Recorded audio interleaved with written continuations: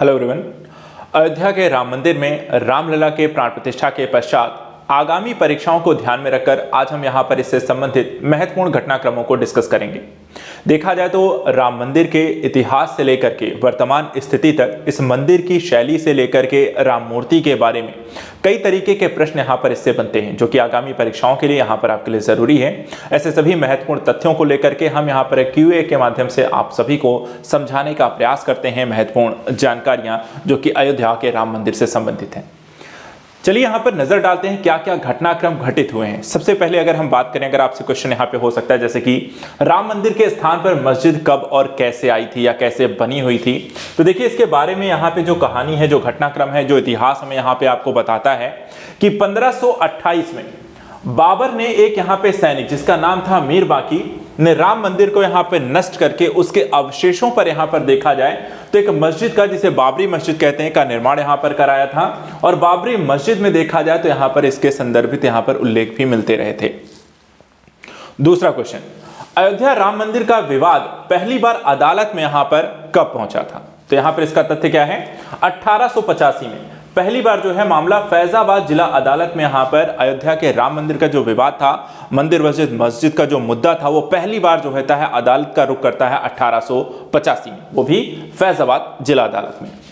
तीसरा क्वेश्चन, अयोध्या राम मंदिर विवाद को सुलझाने में अदालती जो लड़ाई है कितने वर्षों तक यहाँ पर चली है? तो अगर हमने देखा कि फाइनल जो निर्णय यहाँ पे आया था आपको 2019 में अगर हम देखें, और इस संदर्भ में यहाँ पर 1885 से यह मामला यहाँ पर चलना शुरू हुआ था, और इस तरीके से देखा जाए तो करीब 134 वर्ष लग जाते हैं एक मंदिर मस्जिद के इस विवाद को यहाँ पर सुलझाने में। अयोध्या के राम मंदिर को यहाँ पर उनका स्थान मिलने में 134 साल लग गए हैं। देखा जाए तो 102 साल में फैजाबाद जिला अदालत, 23 साल में यहाँ पर इलाहाबाद हाई कोर्ट और 9 साल में देखा तो सुप्रीम कोर्ट ने इस मामले को यहाँ पर सुलझाना, अर्थात कि क्रमिक रूप से यहाँ पर आपको एक, जैसा कि हमारे यहाँ होता है, सबसे निचली अदालत से सबसे उच्चतम अदालत तक यहाँ पे मामला जो जाता है, तो यहाँ पर 134 साल टोटल लगे हैं इस पूरे मामले को सुलझाने। इसके बाद अयोध्या राम मंदिर का फैसला सुनाने वाले जज कौन थे? ये भी आपसे प्रश्न हो सकता है। वो बेंच कौन सी थी, वो पीठ कौन सी थी, यहाँ पर कितने यहाँ पर आपको सदस्य थे या कह सकते हैं आपको जज थे? तो यहाँ पर ध्यान रखिएगा 5 जजों की यहाँ पर पीठ के द्वारा ये यहाँ पे एक निर्णय सुनाया गया था अयोध्या के राम मंदिर पर। और वर्तमान इस समय जो हमारे CJI हैं, यानी कि चीफ जस्टिस ऑफ इंडिया जो हैं, CJI न्यायमूर्ति DY चंद्रचूड़, वो भी वहां पर उस पैनल के यहाँ पर देखा जाए तो आपको हिस्सा थे उस संविधान पीठ का, एक तरीके से यहाँ पे आपको पीठ का तत्कालीन। इसके अलावा न्यायाधीश रंजन गोगोई थे, पूर्व न्यायाधीश SA बोबड़े थे, पूर्व न्यायाधीश अशोक भूषण थे और S अब्दुल नजीर थे। तो यहाँ पर 5 जजों की इस पीठ के द्वारा ये फैसला यहाँ पर आपको सुनाया गया था। इसके अलावा अगला क्वेश्चन, अयोध्या राम मंदिर फैसले की तिथि क्या थी? किस दिन यह फैसला यहां पर आपको आया था?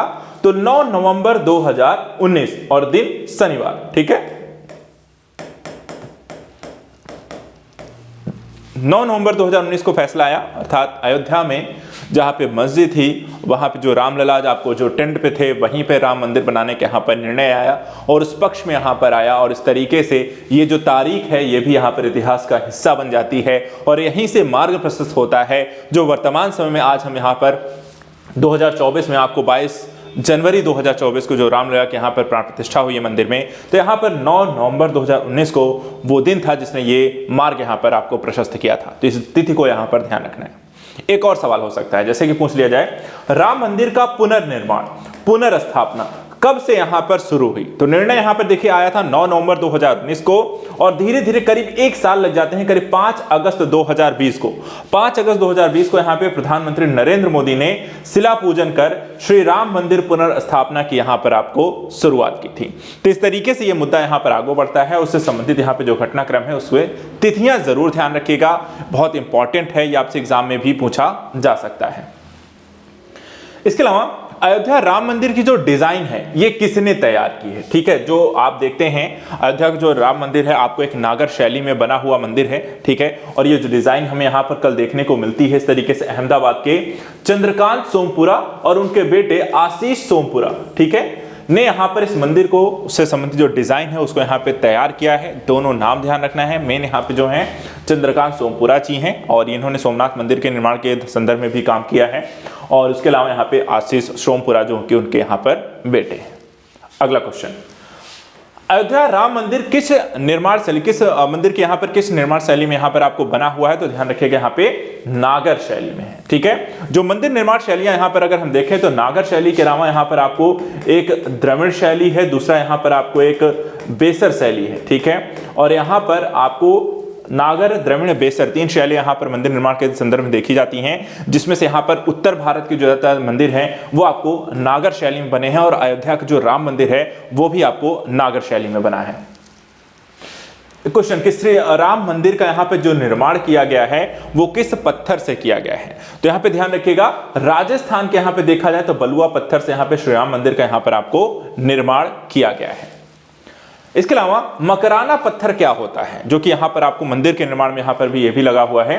तो एक उच्चतम श्रेणी का संगमरमर है और राम मंदिर का जो गर्भगृह में मकराना मार्बल का यहाँ पर आपको इस्तेमाल किया गया है। तो जो गर्भगृह जहाँ पे राम लला की यहाँ पर मूर्ति जो है स्थापित की गई है, प्राण प्रतिष्ठा जिसकी की गई है, जो गर्भगृह यहाँ पर है वो देखा जाए तो किसका बना हुआ है? यहाँ पे मकराना पत्थर के मार्बल्स के यहाँ पर बने हुए हैं।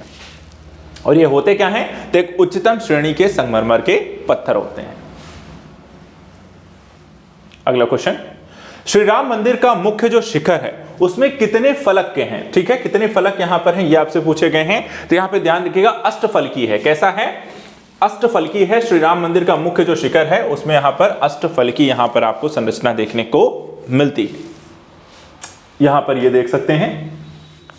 इसके अलावा राम मंदिर का जो परिमाप है, परिमाप का मतलब जिसमें हम लंबाई, चौड़ाई और ऊंचाई की बात करते हैं, परिमाप क्या है? ठीक है, तो इसको ध्यान रखिएगा। लंबाई राम मंदिर की है 350 फीट, चौड़ाई जो है वो करीब 250 फीट और ऊंचाई जो है 161 फीट है। ये परिमाप है, लंबाई, चौड़ाई, ऊंचाई। तो लंबाई 350 है, चौड़ाई 250 है और ऊंचाई यहां पर देखा जाए 161 फीट है। इसके बाद सेम क्वेश्चन नेक्स्ट देखते हैं, विष्णु पंचायतन के देवता यहां पर कौन है? तो यहां पर आप देख सकते हैं विष्णु पंचायतन के देवता में आते हैं शिव, दूसरी है मां दुर्गा, तीसरे हैं हनुमान जी, चौथे होते हैं गणेश जी और पांचवें होते हैं यहां पर सूर्य देव। तो विष्णु पंचायतन के संदर्भ में अगर आपसे क्वेश्चन पूछा जाए तो यहां पर ये 5 नाम, शिव हैं, विष्णु हैं, दुर्गा हैं, हनुमान है और गणेश हैं। तो यहां पर ये सूर्य हैं, शिव हैं, दुर्गा, हनुमान, गणेश जी, यहां पर आपको 5 देवता हैं जो कि यहां पर इससे संदर्भ में आपको विष्णु पंचायतन के अंतर्गत आते हैं। अगला क्वेश्चन, जो देखा जाए रामलला की मूर्ति जो हमने कल देखी, जो इतनी प्यारी और भव्य है, यहाँ पर जो आकर्षण का एक स्रोत यहाँ पर आपको बनी, वो मूर्ति बनाई किसने, किस व्यक्ति के द्वारा यहाँ पर आपको बनाई गई है? तो यहाँ पे ध्यान रखिएगा इस क्वेश्चन को, ये भी सबसे ज्यादा हो सकता है पूछे जाने के चांसेस यहाँ पर हैं। भगवान रामलला की मूर्ति तराशने वाले शिल्पकार का नाम है अरुण योगीराज। ठीक है, अरुण योगीराज जो है, इससे पहले भी देखा जाए तो इंडिया गेट पर आपको सुभाष चंद्र बोस की मूर्ति, सुभाष चंद्र बोस की मूर्ति बना चुके हैं। इसके अलावा आदि शंकराचार्य की मूर्ति ये बना चुके हैं और वाराह देवता की यहाँ पर आपको मूर्ति भी यहाँ पर आपको गरुड़ देवता की यहाँ पर ये मूर्ति बना चुके हैं। तो इस तरीके से यहाँ पर इनके द्वारा बनाए गए कुछ अन्य मूर्तियां भी हैं जो आपकी एग्जाम में आपसे पूछी जा सकती हैं, वो भी ध्यान रखना है। लेकिन मेन जैसे कि रामलला की अगर मूर्ति के बारे में पूछा जाए तो अरुण योगीराज के द्वारा इस मूर्ति का निर्माण किया गया है। इसके अलावा अयोध्या में जो राम मंदिर में रामलला की मूर्ति के निर्माण में किस पत्थर का प्रयोग किया गया है? जो देखने को मिलती है, जो यहाँ पर आपको एक ये मूर्ति जैसे आप यहाँ पर देखते हैं, बेसिकली ये है नहीं, लेकिन जो मूर्ति हमने कल देखी वहां पे तो शालिग्राम पत्थर के हैं जो कि श्याम वर्ण का होता है। इसे यहाँ पे काला पत्थर भी कहा जाता है और इसकी ये भी है विशेषता, ये बिलियन वर्ष यहाँ पर आपके पुराने पत्थर होते हैं। शुरुआत में देखा जाए ये थोड़े मुलायम होते हैं, लेकिन जैसे जैसे समय बीतता जाता है ये बहुत ज्यादा कठोर हो जाते हैं। और ऐसे जो पत्थर, इसकी विशेषता यहाँ पर ये है कि इस पर दूध है, किसी प्रकार के रंग हैं, कलर हैं या अन्य कोई भी जो चीजें चढ़ाई इत्यादि जा रही हैं तो उससे इस मूर्ति पर कोई इफेक्ट नहीं आता है, अर्थात खराब नहीं होती है मूर्ति और लंबे समय तक यहाँ पे संरक्षित रह सकती है। और इस कारण से यहाँ पर ये देखा जाए तो एक यहाँ पर इसकी विशेषता है इस पत्थर की, जिससे यहाँ पर आपका राम मूर्ति यहाँ पर बनी है। अगला क्वेश्चन, रामलला की मूर्ति का पत्थर कहां से लाया गया है? तो ये लाया गया है नेपाल की गंडकी नदी से। ठीक है, नेपाल की गंडकी नदी से यहाँ पर इस पत्थर को लाया गया है। इसके अलावा राम मंदिर में कितने मंडप बनाए गए हैं, तो टोटल 5 मंडप हैं जो कि राम मंदिर में आपको देखने को मिलते हैं। और इन 5 मंडपों के नाम ध्यान रखना है आपको। पहला यहां पे आपको है नृत्य मंडप, दूसरा है रंग मंडप, तीसरा है कीर्तन मंडप, चौथा है प्रार्थना मंडप और 5वां है यहां पे सभा मंडप। ये 5 मंडप बनाए गए हैं जो कि आपको राम मंदिर के परिसर में देखने को मिलते हैं। अगर आप जाते हैं तो यहां पर इन सभी के बारे में जानकारी है, उन चीजों को जरूर सभी ये लोग यहां पर जाएं एक बार और देख कर जरूर आए। इसके बाद रामलला का जो गर्भगृह है उस किस मंडप के सामने बना है, ठीक है, जहां से आपको ये दर्शन यहां पर होंगे रामलला के, वो किस मंडप के सामने से होंगे। तो जो मंडप में आप प्रवेश करेंगे जहां रामलला की मूर्ति है वो है सभा मंडप, ठीक है। तो ये है सभा मंडप में रामलला का जो गर्भगृह है वो किसके सामने, या मूर्ति जो है वो किसके सामने पड़ने वाली है, सभा मंडप के सामने। इसी तरीके से क्वेश्चन है श्री राम मंदिर प्राण प्रतिष्ठा के मुख्य यजमान कौन थे, तो यहां पर ध्यान रखिएगा डॉक्टर अनिल मिश्रा और उनकी धर्मपत्नी उषा मिश्रा। डॉक्टर मिश्रा जो है श्री राम जन्मभूमि तीर्थ क्षेत्र ट्रस्ट के यहां पर सदस्य हैं और यही यहां पर देखा जाए तो आपके मुख्य यजमान हैं श्री राम मंदिर के। इसके अलावा श्री राम मंदिर का निर्माण का जिम्मा किस कंपनी के हाथ में था, किसको दिया गया था यहां पर ये कॉन्ट्रैक्ट, तो यहां पर लार्सन एंड टूब्रो, जिसको हम शॉर्ट फॉर्म में यहां पर L&T कहते हैं, ठीक है। लार्सन एंड टूब्रो के द्वारा यहां पर श्री राम मंदिर का निर्माण किया गया है। इसके अलावा राम मंदिर निर्माण में जो है खर्च है वो यहां पर कितना आया है, तो यहां पे ध्यान रखिएगा प्राण प्रतिष्ठा तक हुए निर्माण में करीब 1100 करोड़ रुपए यहां पे खर्च हो चुके हैं। अकुल अनुमानित जो राशि है वो करीब 1400 करोड़ रुपए यहां पर आपको लगने वाली है। इस मंदिर के निर्माण में 1400 करोड़ रुपए यहां पर आपको टोटल लगने का अनुमान, जिसमें 1100 करोड़ ऑलरेडी लग चुके हैं, ठीक है। तो ये देखा जाए तो जो भी क्वेश्चन यहां पर हैं रामलला की मूर्ति इत्यादि को लेकर के हमने यहां पर आपको देखा है, इससे संबंधित अन्य जो घटनाक्रम है वो भी आपके साथ यहां पर लगातार हम देखते रहेंगे।